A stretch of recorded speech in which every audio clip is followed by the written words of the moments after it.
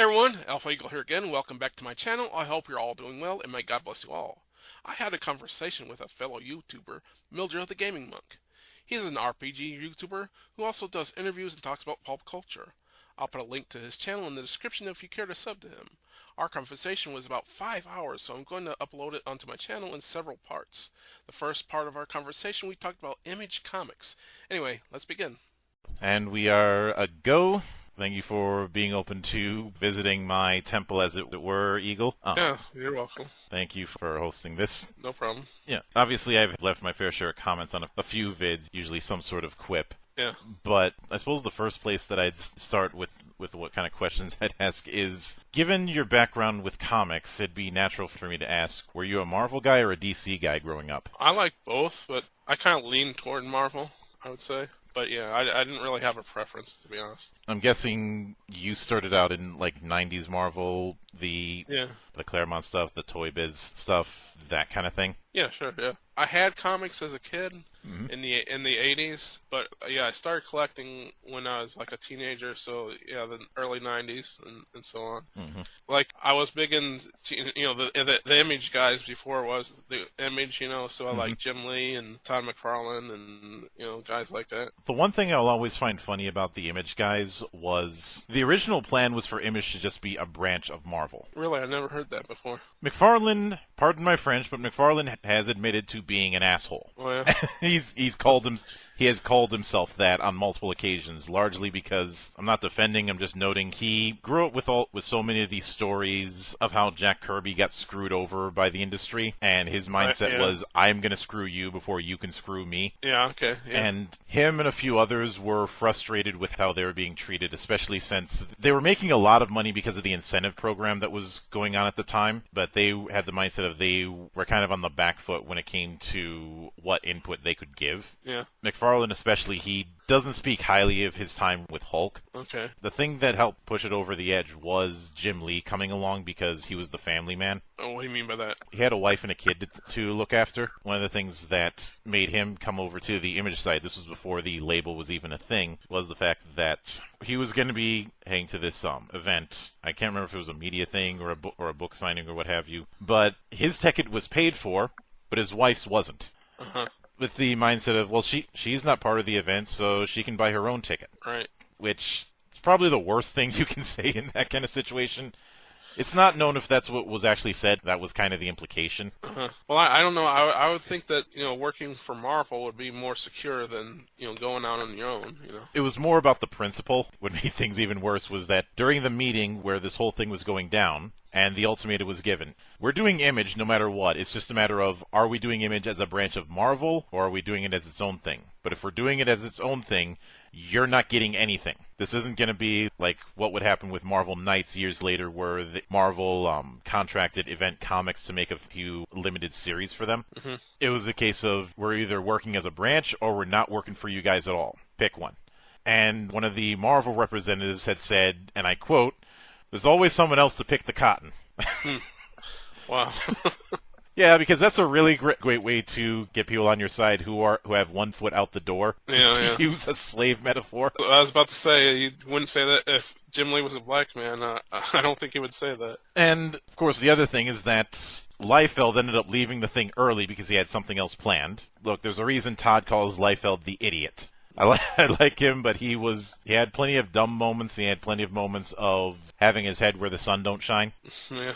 I've seen interviews with Todd McFarlane, and they were talking about Rob Liefeld, and he didn't use the word idiot, he used the word wild horse. Which may as well be that. I guess, yeah. He was also the one who was the biggest offender when it came to the lateness problem Image had, to the point where his inker did a sit-in at his house. His inker came in, did a sit-in, and said, "I'm not leaving until I get the sketches." Wow. That was Liefeld, right? Yeah, Liefeld's inker had that whole thing, because at one point they decided to try and do a crossover with Valiant. Yeah. This would be the Deathmate event. Oh yeah, I remember that, yeah. And the thing is, even though Valiant didn't have the audience momentum, they ran a tight ship. Okay. Because keep in mind, that company was started by Shooter. Oh, okay, yeah. Who, say what you will about Shooter, but Shooter was extremely hands-on with everything. Okay. Sometimes to his detriment. Yeah. but the idea was that there was supposed to be an opening and an ending book, and then 4 books that could be read in any order that were color-coded. 2 of them had lateness problems, and the one that Liefeld looked over was ridiculously late. As in several months after the initial books, and pretty much killed the momentum.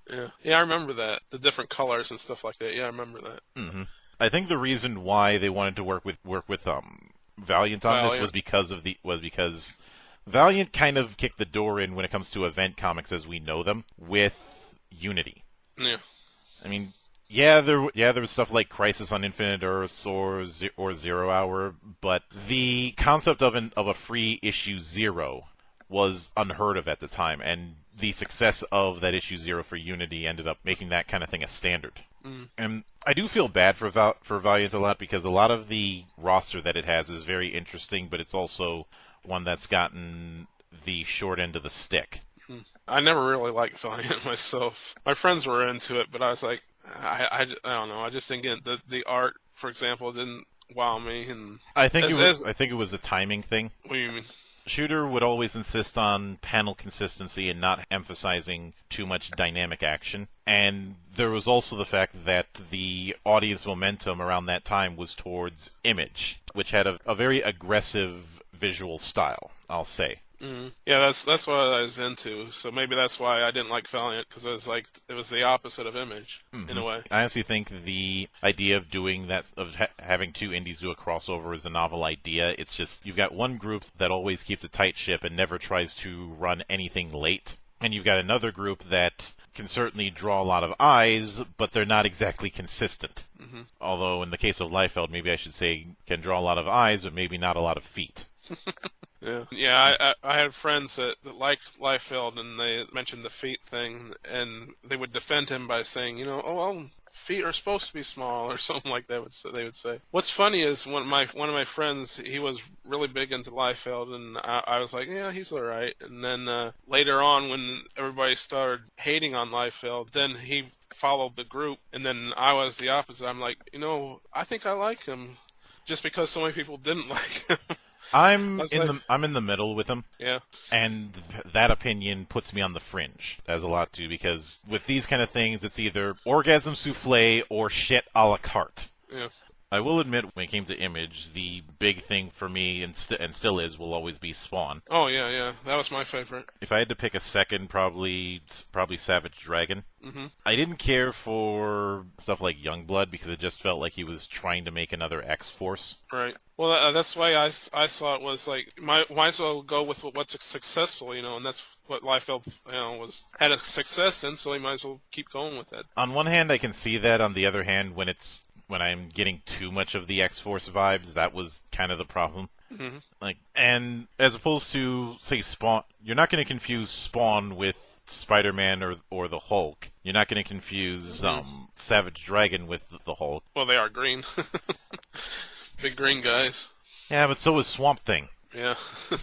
Nobody confuses Swamp Thing with anything else. Except for Man-Thing? That's a different story with Image. Since I mentioned Spawn, did you ever see the animated series? Oh, yeah, I love that animated series, yeah. I'd say of the Image stuff that got animated series, that probably turned out the best. Yeah, I would agree with that. Granted, the lion's share of comic book animated was still being taken over by the two-way fight you have between Spider-Man and Batman back in the 90s, but there are others who are doing their thing, and I'd say what really ended up winning me over when it came to that was the fact that McFarlane is as much of a weeb as the rest of us, because in the behind the scenes he name dropped his feelings seeing Akira for the first time. Oh, yeah. But apparently at one point there were plans to have the soundtrack for the film be done by Iced Earth. Oh, yeah. It didn't for the film, really. Yeah. That didn't end up happening. What we ended up getting instead was the concept album The Dark Saga. Yeah, I've got that album. Which is a pretty good album, but it could have been Iced Earth doing the full soundtrack the way Queen did the soundtrack for Flash Gordon, although really it was more Brian May doing everything and everybody else doing one song, but I digress. Yeah.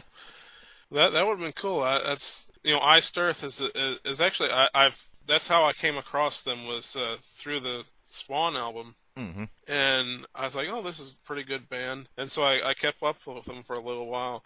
And it's a shame that they never took off, really. Yeah, I don't know why that soundtrack deal never came about. If I had to hazard a guess, just based on experiences, it was likely scheduling conflicts. Really? I don't have any proof. That's just my suspicion. Because that seems to be the most common thing that happened was scheduling conflicts, having two ships passing in the night. Mm-hmm. You'd think though that the people of Iced Earth would try their best to get that to work out, since that's such a big thing, a movie soundtrack. It's like, what in their schedule could surpass that? What would be? I think it's more of they would have to dedicate several months on that alone.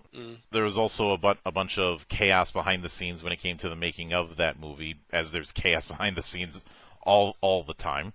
Like, some films have it worse than others, but there's always a bit of chaos behind the scenes of any production. Yeah. Now, I'm not saying that every film has some Apocalypse Now kind of story, but there's always something that goes on when you've got so many moving parts. Right. So that's why I say it might have been a scheduling thing, just because you're having to essentially put your heads down for that amount of time and not being able to promote it until the film comes out. If the film ends up bombing, that could have a domino effect as well. Right. Yeah. I mean, yeah. If I remember correctly, the Spawn movie didn't bomb, but I think it made second. It was second in the box office. That's the highest it got. Mm-hmm. I'm pretty sure people nowadays would like the return that it got.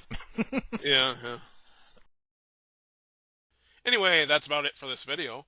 Be sure to be on the lookout for the rest of the conversation coming soon. I'm Alpha Eagle. God bless you for watching. God bless America, and I pray that you all enjoyed it and had a great day.